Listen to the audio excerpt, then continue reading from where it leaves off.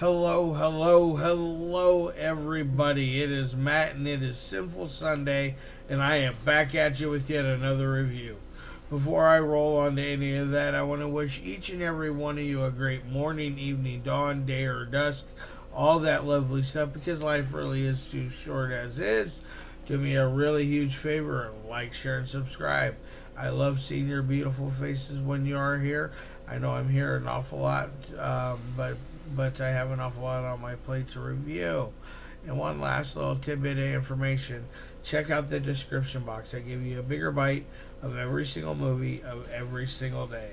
Such as today, I give you a brief synopsis, starring cast, director, runtime of the cut I am watching.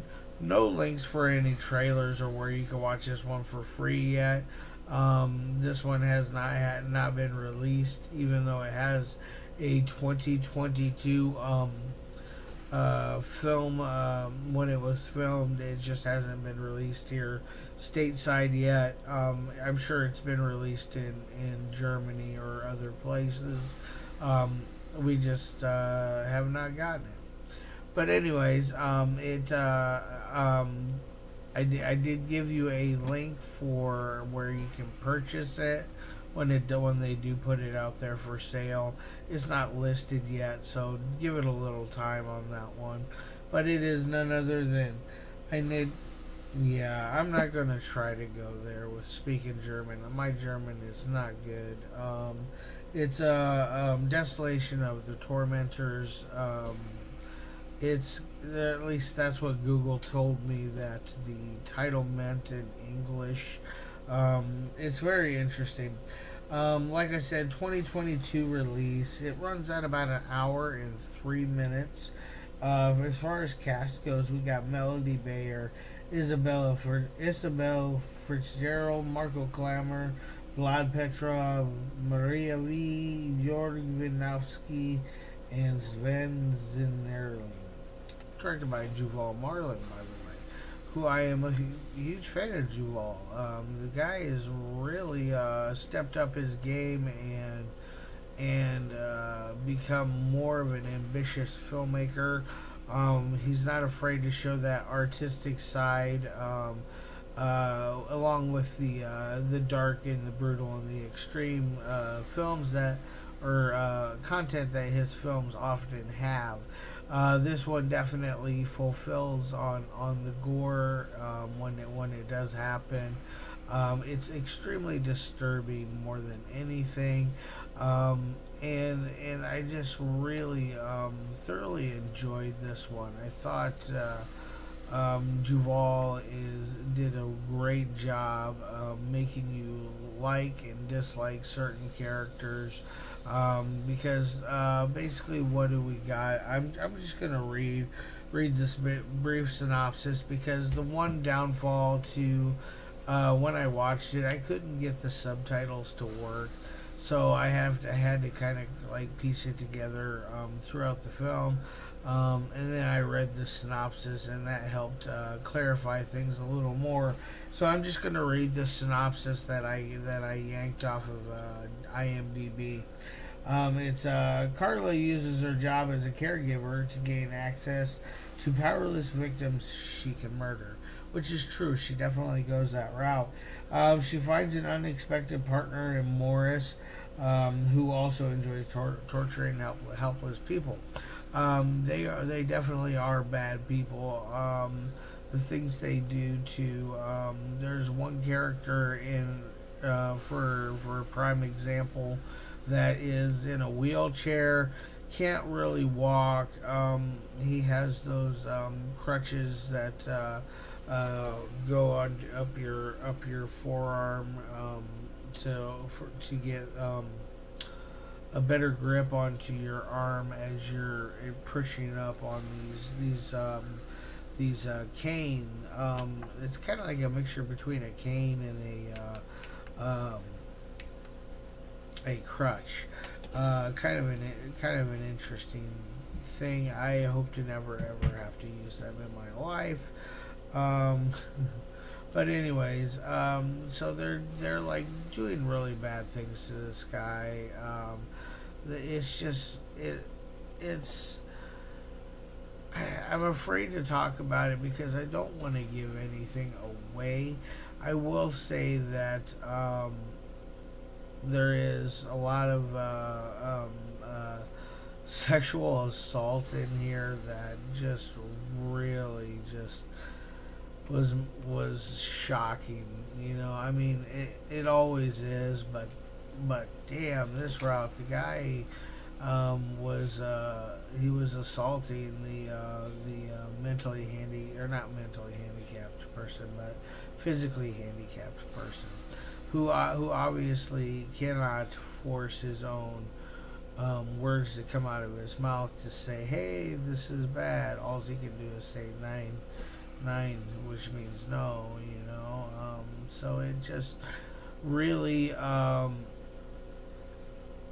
is just dark, disturbing stuff, man.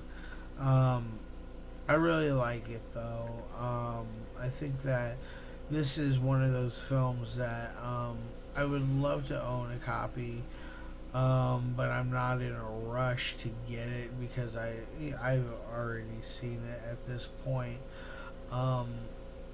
But I really do think Juval is becoming a really good director, and some people would probably compare him to his style to a Marion Dora in ways. Or at least in my opinion, I can see some of the inspiration of it there. But it's his own style. Um, uh, uh, it's not just copying Dora, but it's just kind of like almost feels like a personal love letter that says, "Hey, I can make artistic, beautiful films all on my own." I can see the kind of similarities in certain ways, especially if you watch like Blight of Humanity. I think that one is a perfect example that's close to this one. But anyways, I'm done rambling about Dora and his films. Let's get back to Juval. Now Juval, as far as the technical sides go, first and foremost is the audio. The audio, it works really well. There's no outside interference or backfeed, static, anything that's going to bring down the production value of the audio is not. There's nothing that I can complain about. I feel like it really does a great job on hitting all levels on the audio. So I'm going to give it an A there. Now onto the dialogue. The dialogue, because I don't speak German, it made it a little harder for me to come up with a grade for that one.